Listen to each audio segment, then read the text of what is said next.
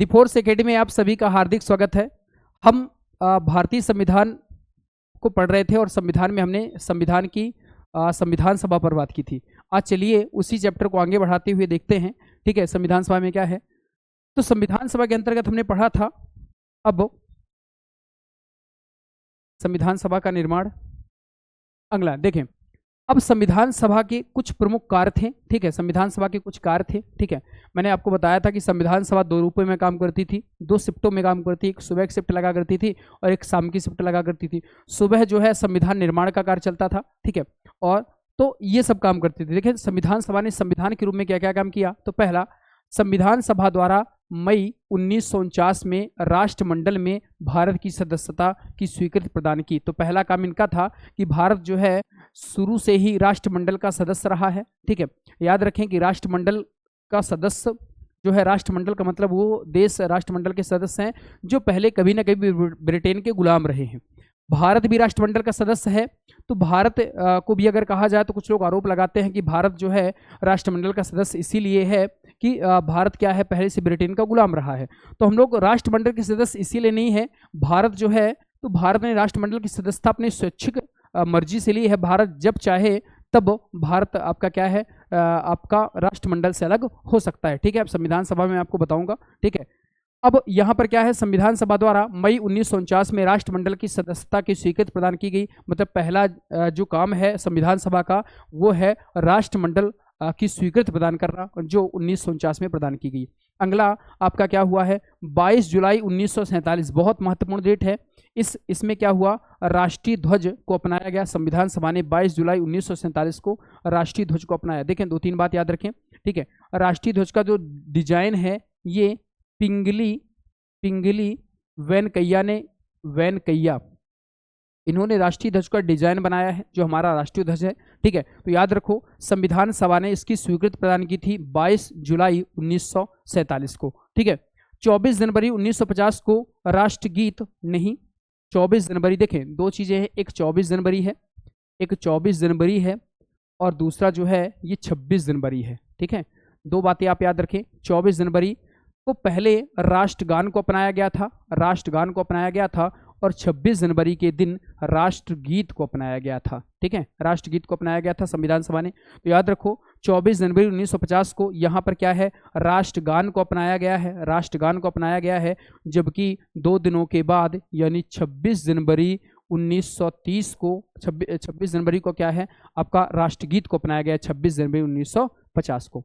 तो दो बातें मैंने बताई। पहला, 22 जुलाई 1947 को राष्ट्रीय ध्वज को अपनाया गया, 24 जनवरी को आपका क्या किया गया है, राष्ट्रगान को अपनाया गया है और 26 जनवरी को क्या किया गया है, राष्ट्रगीत को अपनाया गया है। ठीक है, अगला संविधान सभा का काम देखें। 24 जनवरी 1950 को डॉक्टर राजेंद्र प्रसाद को भारत के पहले निर्वाचित राष्ट्रपति, याद रखें राष्ट्रपति तो बनाए गए थे लेकिन कैसे राष्ट्रपति थे, निर्वाचित राष्ट्रपति, इनका चुनाव हुआ था। ठीक है, आपको मैं बता दूं कि जो राजेंद्र प्रसाद थे, तो राजेंद्र प्रसाद को भारत का पहले निर्वाचित राष्ट्रपति बनाया था। संविधान सभा ने क्या किया था, आपका संविधान सभा ने चुनाव के लिए अधिसूचना जारी की थी, फॉर्म डलवाए थे, तो केवल और केवल डॉक्टर राजेंद्र प्रसाद का फॉर्म आया था। इस वजह से जो डॉक्टर राजेंद्र प्रसाद हैं वो संविधान सभा द्वारा पहले निर्वाचित राष्ट्रपति बनाए गए थे। ठीक है, याद रखें इस बात को भी। अगला देखें तो 24 जनवरी को क्या हुआ है भाई, 24 जनवरी को राष्ट्रपति के रूप में चुने गए हैं। 24 जनवरी 1950 के दिन ही क्या हुआ है, संविधान सभा की अंतिम बैठक हुई है और संविधान सभा की अंतिम बैठक में आपका 200 संविधान में 284, जब हम संविधान को लागू कर रहे थे तो याद रखें संविधान को हमने आपका 24 जनवरी 1950 के दिन सब संविधान सभा की अंतिम बैठक होती है, तो अंतिम बैठक में 284 लोगों ने हस्ताक्षर किए थे। ठीक है, अब अंतिम बैठक के दिन, ठीक है, अब क्या हुआ था कि इसमें दो काम हुए थे। ठीक है, 284 लोगों ने हस्ताक्षर किए थे, अंतिम बैठक चल रही थी, तो कुल मिला के अधिवेशन चल रहे थे। तो ये 24 जनवरी को 3 काम हुए। पहला क्या हुआ, 24 जनवरी को आपका डॉक्टर राजेंद्र प्रसाद को क्या बनाया गया है, राष्ट्रपति बनाया गया है। दूसरा, 24 जनवरी के दिन ही क्या हुआ है, 24 जनवरी को दिन ही संविधान सभा की क्या हुई है, अंतिम बैठक हुई है और 24 जनवरी के दिन ही आपका राष्ट्रगान को संविधान सभा ने अपनाया है। ठीक है, तो ये 3 बातें याद रखें। 24 जनवरी को राष्ट्रपति पहले बनाए गए, निर्वाचित राष्ट्रपति। 24 जनवरी के दिन क्या हुआ है, संविधान सभा की अंतिम बैठक हुई है और 24 जनवरी के दिन ही क्या है, राष्ट्रगान को भी क्या किया गया है, अपनाया गया है। यद्यपि इसी संविधान सभा ने 26 जनवरी 1950 को लेकर आम चुनाव के बाद नई संसद के गठन यानी 1952 तक अंतरिम संसद के रूप में काम किया है। मतलब संविधान सभा ने संसद के रूप में भी काम किया है। कब तक? 1952 तक संविधान सभा ने आपका अंतरिम संसद के रूप में काम किया है। तो ये थे आपके संविधान सभा के कार्य। ठीक है, अब अगली संविधान सभा में देखें। अब संविधान सभा की कुछ महत्वपूर्ण समितियां थी जो हर एग्जाम में पूछी जाती है। संविधान सभा की समितियां पूछता है आपके प्राक्कलन आपका, जैसे संविधान सभा की समितियां पूछेगा, जैसे आपके लिखी हुई संघ शक्ति समिति, संविधान शक्ति समिति, मौलिक अधिकार अल्पसंख्यक संबंधी समिति, ऐसी बहुत सारी समितियां हैं। तो पहला आपका देखिए प्रमुख समितियों में आपका पहली जो समिति है ये है संघ शक्ति समिति। तो संघ शक्ति समिति के जो प्रमुख थे तो याद रखें जो जवाहरलाल नेहरू थे, जवाहरलाल नेहरू, इनको 3 समितियों का प्रमुख बनाया गया था। जवाहरलाल नेहरू को 3 समितियों का प्रमुख बनाया गया था। जो पहली थी वो थी संघ शक्ति समिति, दूसरा जो था संघ संविधान समिति, और तीसरा जो था राज्य समिति, मतलब राज्यों के समझौते हेतु जो राज्य समिति बनाई गई थी। तो राज्य समिति के प्रमुख भी कौन बनाए गए थे? पंडित जवाहरलाल नेहरू। ठीक है, तो जवाहरलाल नेहरू में याद रखें 3 समितियां हैं। पहला संघ शक्ति समिति है, दूसरा संघ संविधान समिति है, और तीसरा राज्य समिति है। और इन तीनों के जो प्रमुख हैं वो कौन बनाए गए हैं? पंडित जवाहरलाल नेहरू। तो ये पंडित जवाहरलाल नेहरू हैं और इनको 3 समितियों का क्या बनाया गया था? प्रमुख बनाया गया था। ठीक है, अगला देखते हैं अगली समिति कौन सी है। ठीक है, अगली समिति में आपका क्या है तो देखें ये राजेंद्र प्रसाद है। अब राजेंद्र प्रसाद को 2 समितियों का दायित्व सौंपा गया था, पहला दायित्व और दूसरा दायित्व। जो पहला दायित्व है तो पहली समिति थी प्रक्रिया नियम समिति। तो याद रखें बहुत महत्वपूर्ण एग्जाम में आता है नियम समिति। तो नियम समिति और संचालन समिति ये दोनों के जो प्रमुख हैं वो बनाए गए थे डॉक्टर राजेंद्र प्रसाद। तो डॉक्टर राजेंद्र प्रसाद को नियम समिति और संचालन समिति का प्रमुख बनाया गया था, जो संविधान सभा की महत्वपूर्ण समितियों में से एक थी। ठीक है, तो 2 के प्रमुख आपके बनाए गए कौन? आपका डॉक्टर राजेंद्र प्रसाद। ठीक है, अगला जो है ये है आपके सरदार पटेल। ठीक है, सरदार वल्लभ भाई पटेल। सरदार वल्लभ भाई पटेल के बाद 3-4 समितियां थी। पहली जो समिति थी ये थी प्रांतीय संविधान समिति, प्रांतीय संविधान समिति। दूसरी जो समिति थी इनके पास वो थी मूल अधिकार यानी मौलिक अधिकारों की समिति का जो दायित्व था इन्हीं के पास था, सरदार वल्लभ भाई पटेल के पास। तीसरा थी अल्पसंख्यक समिति, चौथी थी जनजातियों वाली समिति, 5वीं थी बहिष्कृत क्षेत्रों के लिए परामर्शी समिति। ठीक है, तो मतलब इनके पास 5 समितियां हैं। पहली प्रांतीय संविधान समिति, दूसरी मूल अधिकार समिति, तीसरा अल्पसंख्यकों संबंधी माइनॉरिटी से संबंधित समिति थी, अगली थी जनजातियों वाली, और अगली थी बहिष्कृत क्षेत्रों के लिए परामर्श समिति। ठीक है, याद रखें जो सरदार वल्लभ भाई पटेल है इन्होंने सबसे महत्वपूर्ण काम किया था रियासतों के एकीकरण का जनक कहा जाता है इनको, एकीकरण का जनक, रियासतों के एकीकरण के जनक के रूप में जाना जाता है आपको किसको? सरदार पटेल को। ठीक है, और इन्होंने सारी जो भारत में रियासतें थी उन रियासतों को एक करने का जिम्मा लिया था सरदार वल्लभ भाई पटेल को। और इनका जन्मदिन एकता दिवस के रूप में 31 अक्टूबर के दिन इनका जन्मदिन मनाया जाता है, एकता दिवस के रूप में। ठीक है, तो इनका जन्मदिन प्रश्न आता है कि निम्न में से किनका जन्मदिन एकता दिवस के रूप में मनाया जाता है? वो वल्लभ भाई पटेल है और 31 अक्टूबर को इनका जन्मदिन होता है। ठीक है, और इन्होंने रियासतों के एकीकरण में महत्वपूर्ण भूमिका निभाई थी, इस वजह से ऐसा इनको है। अगली जो समिति है ये आपके डॉक्टर BR अम्बेडकर हैं, भीमराव अम्बेडकर की जो समिति थी इनका नाम था प्रारूप समिति ड्राफ्टिंग कमेटी। ड्राफ्टिंग कमेटी जो थी प्रारूप समिति, इसी समिति को पांडुलेखन समिति कहा जाता है, पांडुलेखन समिति कहा जाता है। ठीक है, और इसी को इंग्लिश में ड्राफ्टिंग कमेटी कहा जाता है, ड्राफ्टिंग कमेटी। ठीक है, ड्राफ्टिंग कमेटी। तो याद रखिए प्रारूप समिति, पांडुलेखन समिति, ड्राफ्टिंग समिति। आगे इसका डिटेल बताऊंगा कि कब बनी थी। और इसके जो प्रमुख थे ये आपके कौन थे? आपका डॉक्टर BR अम्बेडकर इसके प्रमुख थे। 7 सदस्यीय ये समिति थी और जिनके जो प्रमुख थे इनको बनाया गया था किसको? डॉक्टर BR अम्बेडकर को। आगे डिटेल में इनकी चर्चा करते हैं। ठीक है, अगला देखें, अगली जो समिति है देखें संविधान सभा की सभी समितियों में प्रारूप समिति सबसे महत्वपूर्ण थी। इसका गठन बहुत महत्वपूर्ण 29 अगस्त 1947 को किया गया था। एग्जाम में आता है कि प्रारूप समिति का गठन कब किया गया था। तो प्रारूप समिति जिसको हमने पांडुलेखन समिति कहा है, जिसको हमने ड्राफ्टिंग कमेटी कहा है, तो इस समिति का जो गठन है ये कब किया गया था भाई? 29 अगस्त 1947 को गठन किया गया था। ये भी याद रखें कि जो प्रारूप समिति थी ये 7 सदस्यीय समिति थी, 7 सदस्यीय समिति थी जिसमें मैंने आपको दिखाया है कि इसके जो अध्यक्ष थे वो कौन थे, डॉक्टर भीमराव अंबेडकर। अगला देखते हैं कि कौन कौन से 7 सदस्य थे। ये एग्जाम में प्रश्न आते हैं कि 7 सदस्य कौन कौन से थे। ठीक है, देखें जो पहले सदस्य हैं वो हैं डॉक्टर भीमराव अंबेडकर। आपके ये कौन है, इसके अध्यक्ष थे। तो प्रारूप समिति के आपसे अध्यक्ष पूछा जा सकता है, तो डॉक्टर बी आर अंबेडकर इसके क्या थे, अध्यक्ष। दूसरे जो व्यक्ति हैं इनका नाम है एन गोपाल स्वामी अयंगर, एन गोपाल स्वामी अयंगर। अगले जो सदस्य हैं अल्लादी कृष्णा स्वामी अय्यर, इसके तीसरे सदस्य हैं।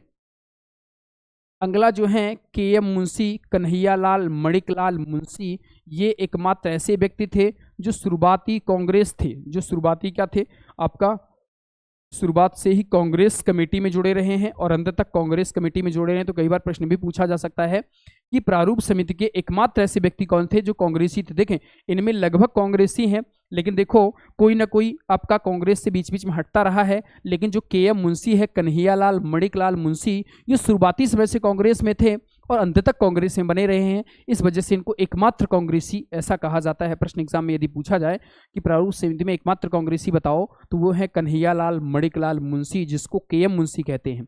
ठीक है, अगला जो नाम है सैयद मोहम्मद सादुल्ला, इसके 5वें सदस्य हैं सैयद मोहम्मद सादुल्ला। ठीक है, अगले जो सदस्य है इनका नाम है एन माधवराव, एन माधवराव। याद रखें कि जो बी एल मित्र थे, बी एल मित्र के स्थान पर किसके नाम लिया था, एन माधवराव। ठीक है, और बी एल मित्र का अचानक से स्वास्थ्य खराब हो गया था, तो स्वास्थ्य खराब होने के कारण बी एल मित्र ने इस्तीफा दे दिया था और इसके बाद जो सदस्य बनाए गए थे वो कौन थे, एन माधवराव।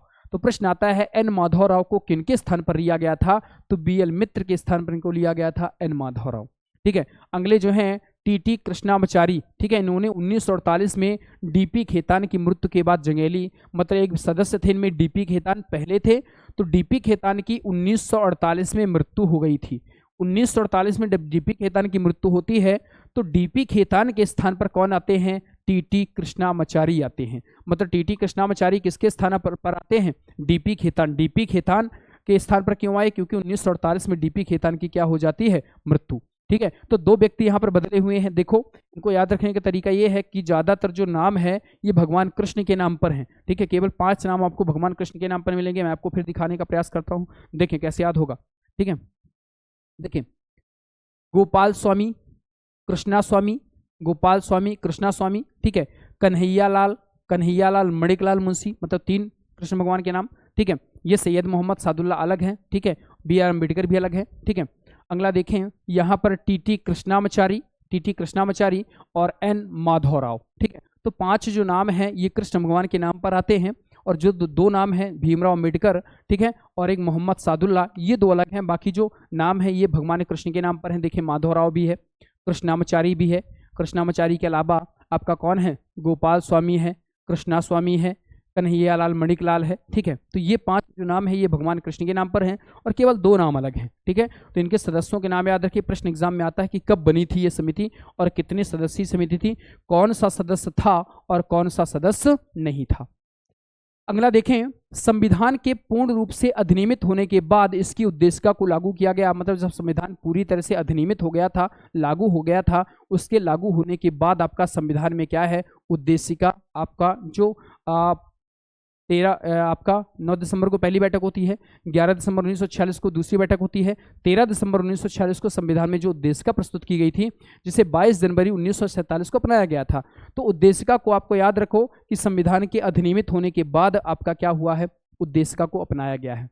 अब देखें, अब संविधान सभा का प्रवर्तन मतलब कैसे लागू हुआ संविधान सभा, तो देखो संविधान के कुछ प्रावधान 26 नवंबर 1949 को स्वतः लागू हो गए थे। याद रखें कि 26 नवंबर 1949 को हमने संविधान को आंशिक रूप से लागू किया था। आंशिक रूप से लागू किया था मतलब संविधान को हमने पूरी तरह से लागू नहीं किया था। और 26 नवंबर 1949 को मात्र 15 अनुच्छेद यानी 15 आर्टिकल लागू किए थे हमने 26 नवंबर 1949 को। 26 नवंबर को हम मनाते हैं भाई संविधान दिवस। संविधान दिवस आपका मनाया जाता है 26 नवंबर को। और संविधान दिवस 26 नवंबर को क्यों मनाया जाता है, क्योंकि इस दिन संविधान हमारा आंशिक रूप से लागू हुआ था। और संविधान आपका दिवस हमने मनाया था, मैंने आपको बताया था कि लक्ष्मीमल सिंघवी के कहने पर, लक्ष्मीमल सिंघवी के कहने पर हमने 26 नवंबर 1949 को पहली बार संविधान दिवस मनाया था। और जो लक्ष्मीमल सिंघवी हैं, इनका जो संबंध है ये जोधपुर राजस्थान से हैं। जोधपुर राजस्थान से आपका लक्ष्मीमल सिंघवी संबंधित है। तो याद रखो 26 नवंबर को हमने आंशिक रूप से संविधान लागू किया। इस दिन 15 आर्टिकल लागू किए। संविधान दिवस इसी दिन से मना रहे हैं हम लोग, और ये हमने मनाना चालू किया था लक्ष्मीमल सिंघवी के कहने पर। अब एग्जाम में प्रश्न आता है वो कौन कौन से 15 अनुच्छेद थे। ठीक है, तो याद रखो, देखो, पहला नागरिकता से संबंधित बातें, दूसरा चुनाव से संबंधित बातें, तीसरा तदर्थ संसद से संबंधित बातें, अस्थायी और परिवर्तनशील नियम, ठीक है, और छोटे शीर्षकों से जुड़े प्रावधान। जैसे देखिए कौन कौन से आर्टिकल थे, 5, 6, 7, 8, 9। ठीक है, कौन 15 आर्टिकल मैं बता रहा हूं, तो 5, 6, 7, 8, 9 यहां तक कंटिन्यू है। इसके बाद है 60 के बाद है 324, 366, 367, 379, 380, 388, 391, 392 और 393। याद कैसे होगा, सुनना मेरी बात ध्यान से। देखिए कौन कौन से 15 आर्टिकल हैं, तो पहले 15 आर्टिकल की अगर मैं बात करूं, ठीक है, देखिए 15 आर्टिकल कौन कौन से हैं मैं आपको बताता हूं, याद रखने का तरीका सुनना। 5, 6, 7, 8 और 9 यहां तक कंटिन्यू है। 5, 6, 7, 8, 9। यदि मैं 9 को उल्टा करूं तो ये 6 जैसे लगेगा, तो क्या बन जाएगा, 60। ठीक है, तो 5, 6, 7, 8, 9 और यहां तक 60 हो गया। 60 के बाद आप याद रखें अलग सा आर्टिकल कौन सा है, 324, ये अलग है थोड़ा सा, इसको याद रखो। 324 के बाद याद रखो आता है 366, 66 के बाद आता है 367। 67 को यदि उल्टा करूं तो 7 ये बन जाएगा और 9 ये बन जाएगा, तो 379 बन जाएगा। 67 को यदि 7 और 6 को उल्टा करूं तो 7 ये बन जाएगा, 6 को 9 जैसे लगता है, तो 379। 379 के बाद आता है 380, 380 के बाद आता है 388, 388, 80 के बाद 88 याद रखो। फिर याद रखो ये कंटिन्यू है 91, 392, 393, ये हो गए 15 आर्टिकल। ठीक है, तो 5, 6, 7, 8, 9 ये हुए। 9 को उल्टा करोगे तो 6 जैसे लगेगा, तो 60 हुआ। 324, 366, 367, 67 को उल्टा करोगे तो 79 बन जाएगा। 380, 388, 91, 92 और 93, ये 15 आर्टिकल हैं जो लागू हुए थे 26 नवंबर 1949 को। और बाकी सारा हम जो संविधान है हम लागू करेंगे 26 जनवरी 1950 को। ठीक है, 15 आर्टिकल को छोड़ करके। अगला देखें, अगला क्या है कि संविधान के शेष प्रावधान, मतलब जो बची हुई बातें हैं वो हम कब लागू करेंगे, 26 जनवरी 1950 को लागू हुए। क्यों लागू कर रहे हैं भाई 26 जनवरी को, क्योंकि 26 जनवरी 1930 को हमने पूर्ण स्वराज दिवस मनाया था। याद रखें हमने संविधान को 26 जनवरी को ही क्यों लागू किया, क्योंकि हमने 26 जनवरी 1930 को पहली बार पूर्ण स्वराज दिवस मनाया था। और पूर्ण स्वराज दिवस मनाने के उपलक्ष्य में हमने सारा संविधान जो है ये 26 जनवरी 1950 के दिन लागू किया। अब देखें, इस दिन को संविधान के प्रारंभ के दिन तथा गणतंत्र दिवस के रूप में मनाया जाता है। ठीक है, मैंने आपको बताया संविधान के लागू होने के बाद भारतीय स्वतंत्रता अधिनियम 1947 और भारत सरकार अधिनियम 1935 निरस्त हो गए। देखो जब संविधान पर हम आर्टिकल पढ़ते हैं, जैसे 1773 का रेगुलेटिंग एक्ट, 1784 का पिट्स इंडिया एक्ट, ऐसे बहुत सारे एक्ट आए थे। तो जो 2 अधिनियम थे, पहला 1947 का भारतीय स्वतंत्रता अधिनियम और एक था आपका 1935 का भारत शासन अधिनियम। ये दोनों जैसे ही हमने संविधान लागू किया हमारा, तो ये अंग्रेजों के बनाए हुए जो 1947 का भारतीय स्वतंत्रता अधिनियम था और 1945 का भारत शासन अधिनियम था, ये दोनों क्या हो जाते हैं, निरस्त हो जाते हैं। क्यों? क्योंकि निरस्त हो जाते हैं, हम लोग अब गणतंत्र बन गए हैं। ठीक है, हमारा अलग से संविधान हो गया है। ठीक है, तो इस वजह से अंग्रेजों के द्वारा ये जो बनाए गए कानून थे ये पूरी तरह से क्या हो जाते हैं, निरस्त हो जाते हैं। ठीक है, तो 47 और 35। ठीक है, अब याद रखो यद्यपि evolutions of privy council jurisdiction act 1949 लागू रहा। याद रखो कि ये एक्ट था जो बहुत सारी बातों की स्वीकृति दे रहा था।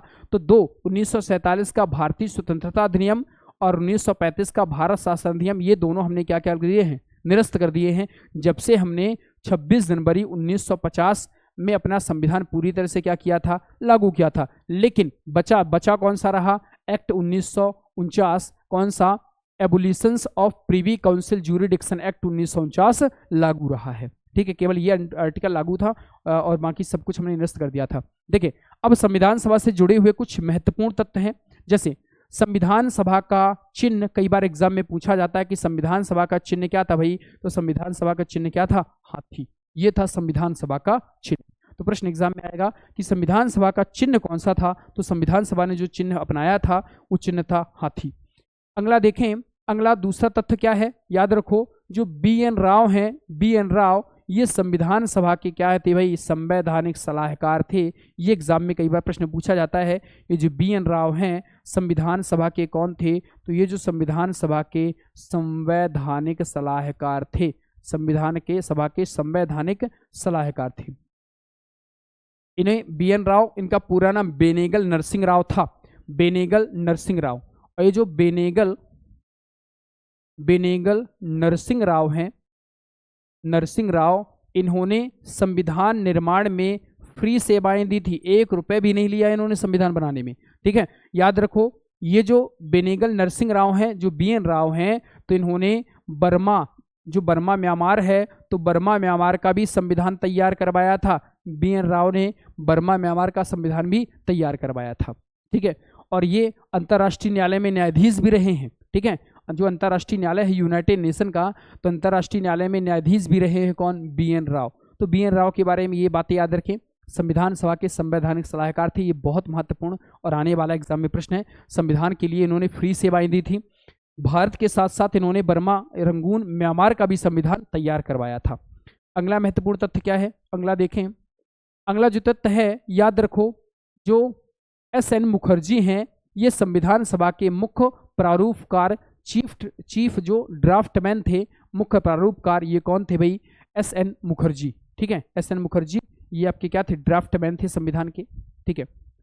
अगला जो तथ्य है, याद रखो प्रेम बिहारी रायजादा, ठीक है। इनका नाम बहुत सारी किताबें नहीं लिखती हैं, याद रखो ये बहुत महत्वपूर्ण तथ्य है कि प्रेम बिहारी रायजादा जो थे ये संविधान सभा के सुलेखक थे। इन्होंने पूरा का पूरा संविधान अपने हाथों से लिखा था, ठीक है। तो प्रेम बिहारी रायजादा एकमात्र ऐसे व्यक्ति हैं इन्होंने संविधान को अपने हाथों से लिखा था, ठीक है। तो ये है प्रेम बिहारी रायजादा, ठीक है। इनका नाम तो बहुत सारी किताबें नहीं लिखती हैं, लेकिन इनका महत्वपूर्ण योगदान रहा है, इन्होंने अपने हाथों से संविधान को लिखा था, ठीक है।